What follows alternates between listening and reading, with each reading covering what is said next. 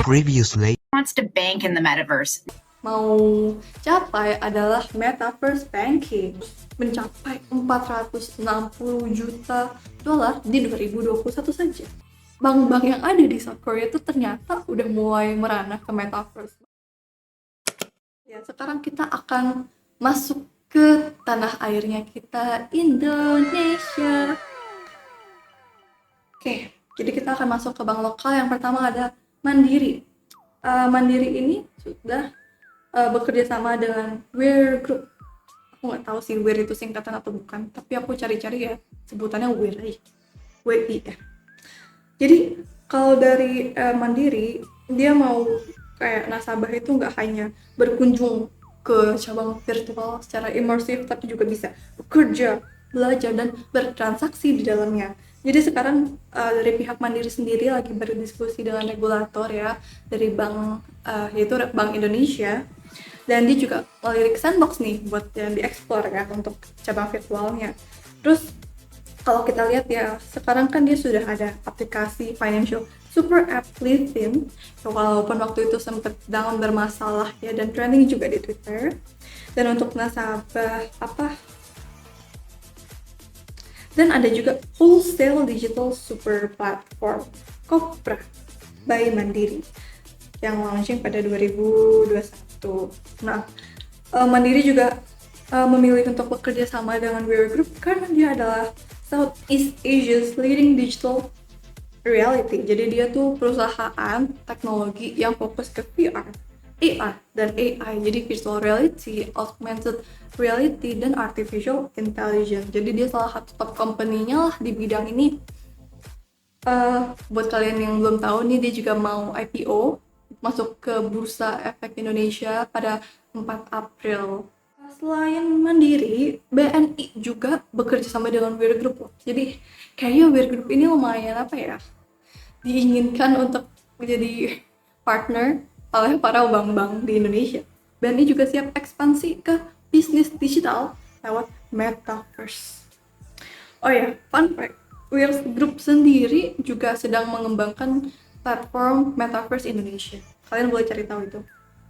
Oke, jadi kita akan mengutip ya beberapa poin-poin yang aku anggap penting dari Metaverse-nya. Jadi dari BNI sendiri dia melihat kalau aktivitas ekonomi ini terus meningkat, terutama yang ada di Metaverse, melihat penjualan transaksi aset virtual ya, sekarang udah kayak besar-besaran gila-gilaan dalam bentuk NFT sendiri. Ya biasalah, siapa sih yang gak mau cari peluang cuan, ya nggak? Lanjut. Jadi dari Direktur IT dan Operasinya BNI, Bapak Haryantono, aku ngutip aja ya. Jika ada aktivitas ekonomi, artinya perbankan juga bisa masuk untuk membantu baik dari sisi transaksi, exchange, atau bahkan bisnis esensial perbankan sendiri, yakni menghimpun dana maupun menyalurkan kredit di dalam metaverse. Dan menurut Senior Executive Vice President Divisi Digital BNI, Ariana Kaslan, menambahkan bahwa langkah BNI dalam mengembangkan metaverse adalah upaya lanjutan BNI untuk meningkatkan pengalaman transaksi digital nasabah. Karena dia lihat bahwa metaverse ini menjadi memicu perubahan kebiasaan digital ke sebuah pengalaman yang nyata ya. Bukan hanya satu arah juga, tapi experience yang dua arah ya. Karena di dalam virtual world metaverse ini kita juga bisa berkomunikasi gitu. Inovasi yang dilakukan oleh BNI ini bukan hanya kayak interaksi dengan komputer, tapi nanti harapannya akan ada avatar staffnya BNI. Wow, amazing. Aku suka sih idenya, itu menarik banget. Kalau aku kutip dari kata-kata Ibu Ariana Kaslan, kami juga akan buat cabang digital kami di Metaverse sehingga pengalamannya unik, berbeda dapat dirasakan. Layanan digital kami juga akan menjadi sangat personal dan lebih real lagi imbuhnya. Aku cukup menantikan sih Metaverse banking dari bank-bank lokal kita. Nah, itu udah 2 top bank yang ada di Indonesia ya, yang sahamnya blue chip ya, tergolong blue chip, BMRI dan BBNI. Ya. Tapi ini bukan saran finansial, aku nggak menyarankan kalian beli saham juga. Ya, pokoknya kalau misalnya kalian akhirnya decide to buy it, itu keputusan kalian sendiri ya, do your own research. Karena kita udah bahas 2 bank besar yang ada di Indonesia, rasanya kurang kalau nggak bahas BCA atau BBCA ya. Soalnya seperti yang kita tahu, BCA juga bank swasta nomor 1 di Indonesia. Kalau untuk BCA sendiri, saat ini masih memantau ya perkembangannya Metaverse di Indonesia. Kalau menurut Ibu Hera Harin, yaitu Executive Vice President Secretariat and Corporate Communication dari BCA, aku cuma mengutip kata-katanya ya. Saat ini kami secara berkala terus melakukan monitoring terkait perkembangan dan kesiapan masyarakat terkait Metaverse serta mencermati aturan-aturan yang berlaku. Terus kita bisa melihat kali ya inovasi-inovasi yang sudah dilakukan BCA, seperti adanya My BCA, Halo BCA, Merchant BCA yang melengkapi platform digitalnya BCA. Jadi ya kalau kita lihat ya, dari ketiga bank ini, bank-bank di Indonesia tuh sebenarnya banyak yang inovatif.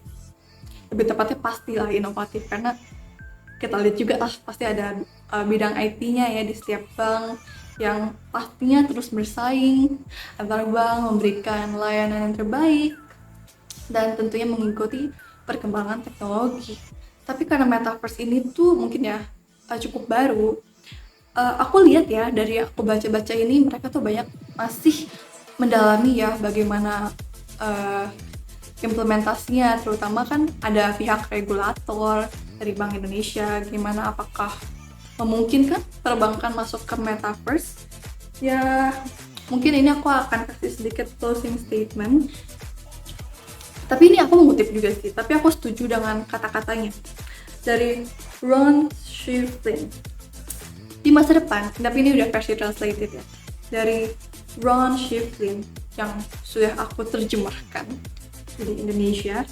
Di masa depan, mungkin dunia digital ini yang sedang kita bangun sudah mendapat perhatian dan keterlibatan pengguna yang cukup, sehingga perusahaan finansial seperti bank itu sudah wajib sih berinvestasi dalam Metaverse sebagai channel baru dan customer service-nya untuk layanan customer service di Metaverse.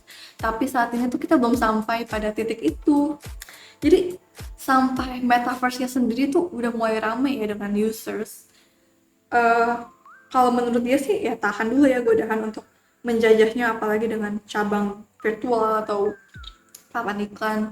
Menurutnya kita tuh belum sampai di tahap itu, dan aku cukup setuju. Saat ini orang yang tahu cryptocurrency, punya cryptocurrency aja, walaupun ya udah lebih banyak daripada yang punya saham, tetap aja masih sedikit banget. Apalagi yang kenal NFT, yang ngerti Metaverse, itu kayak ya masih sedikit lah menurut aku. Jadi kita belum sampai tahap itu di mana orang-orang tuh sudah fluent, sudah lancar menggunakan blockchain, mengerti DeFi, mengerti cara menggunakan wallet, transaksi antar wallet, antar blockchain. Itu tuh harus menjadi pengetahuan umum, seperti kita sudah terbiasa transfer antar bank dulu. Baru kita bisa membuat perbankan di Metaverse sesuatu yang benar-benar berguna, berimpact. Dan kalau menurut IBS Intelligence, mungkin lihat ke depan ya, virtual branch ya, cabang virtual itu memang the next step of financial institution.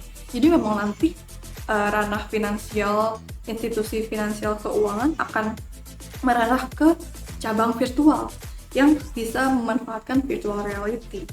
Bayangkan kalau misalnya mau ke bank, ya udah kita nggak usah berhenti dari pekerjaan kita untuk misalnya pergi ke bank, tapi cukup misalnya pakai VR, terus kita bisa ke cabang virtualnya bank tersebut lewat Metaverse.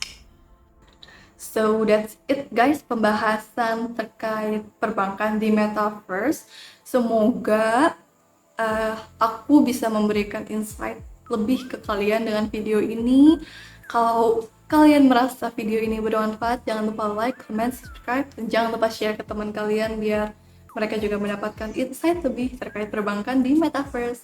And I'll see you on the next video. Thank you for watching and bye-bye.